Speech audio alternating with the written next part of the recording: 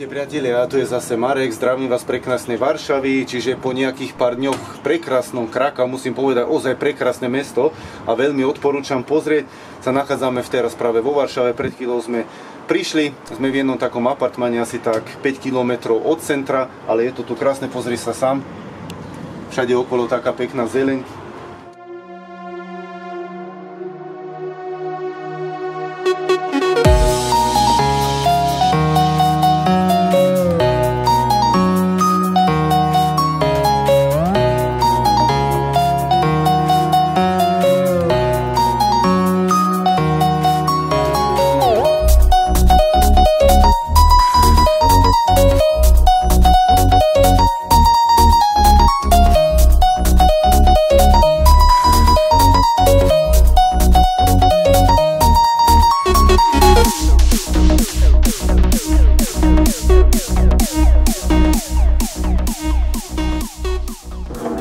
Pozrite sa, také isté, podobné veľké centrum, ako bolo v Krakove, ozaj super a strašne veľa turistov.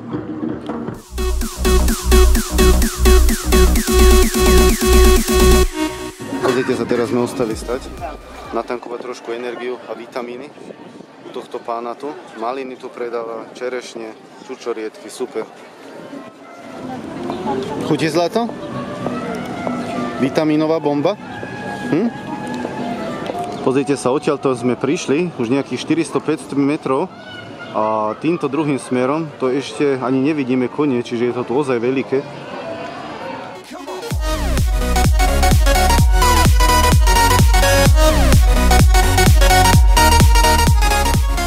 Pozrite sa, teraz vás ukážem, Andrej povedal, že táto lavička hrá pesničky. To ozaj? Wow. To musíme ísť do Polska, aby som lavičku videl, čo hrá muziku. A kde je ten reproduktor? Neviem.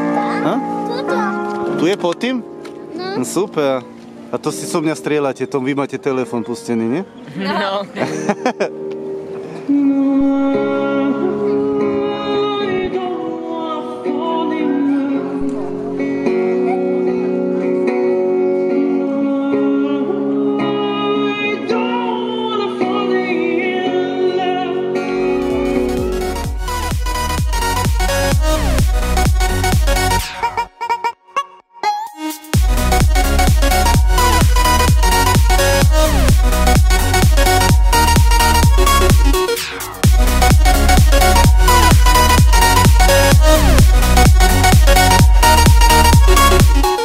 Priatelia, tu je zase Marek, dneska sme podnikli jeden výlet do jedného veľkého parku a v tom parku je jeden obrovský palác, ten sa volá Vilanov palác, na rozlohe myslím 43 hektárov, tu sa jedny také veľké sochy, ako vidíš za mnou a niektorí to nazývajú aj ako poľský Versaj, čiže najlepšie pozri sa sám.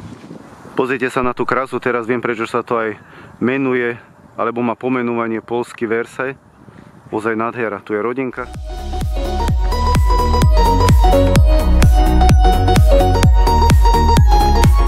Pozrite sa na túto záhradu teraz, jediné čo je blbé, že začína pomaly pršať. Musím skovať kameru. Pozrite sa na tú nádheru jednoducho za mňa. Pred keď začalo trošku pršať, sme sa museli skovať, teraz zase vychádza slnko, čiže perfektne. Toto patrí aj medzi tie najkrajšie také barokové zámky alebo kaštiele v celej Európe, čiže je to ozaj super.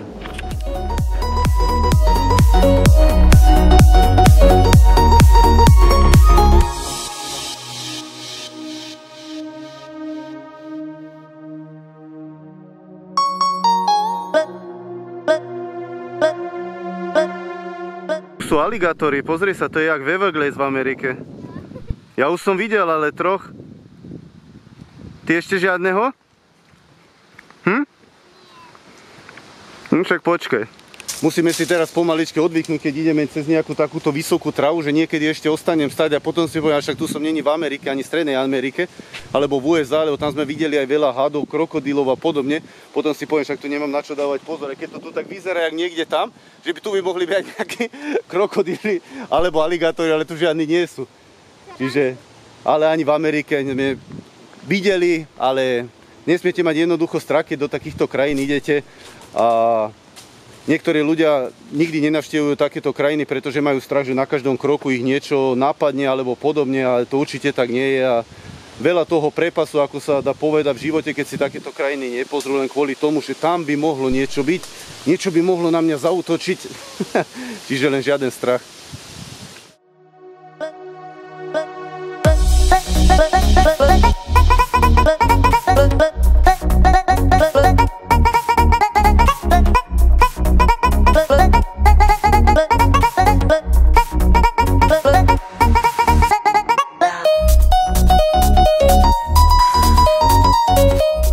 Čauko, dneska sa nachádzame v jednom parku, ten sa volá Lacienský, alebo tak nejako Lacienský park, alebo Lacienský palác, lebo aj prekrásny palác je tu.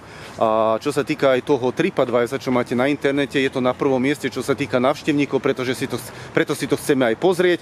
Pred chvíľou pršalo, teraz prestalo, tak to využijeme, ideme na to.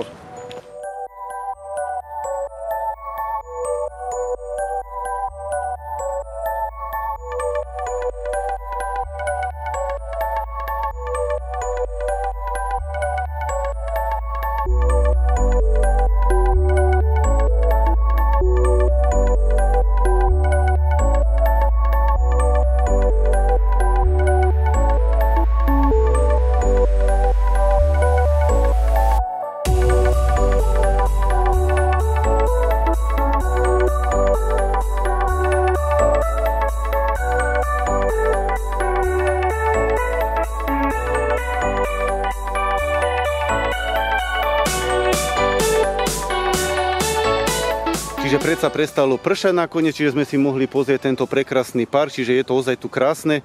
Čiže dneska je vlastne aj posledný deň, čo sa týka návštevy Poľska, čiže najskôr pár dní sme boli v Krakau, teraz sme pár dní v tomto prekrásnom apartmáne vo Varšave.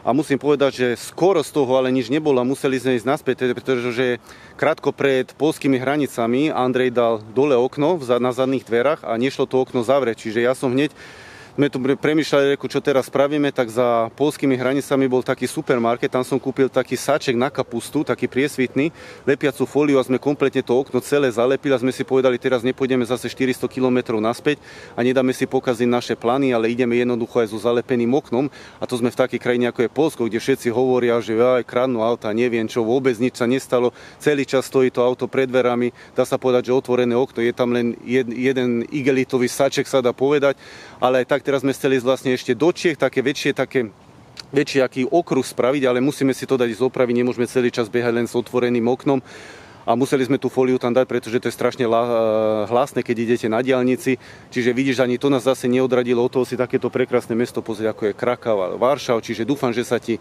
naše videjka ľúbili, keď áno, môžeš nám dať palec nahore, môžeš kliknúť na bezplatný odber, želáme ešte všetko dobre, tvoja pán Mamrodinka, čauko.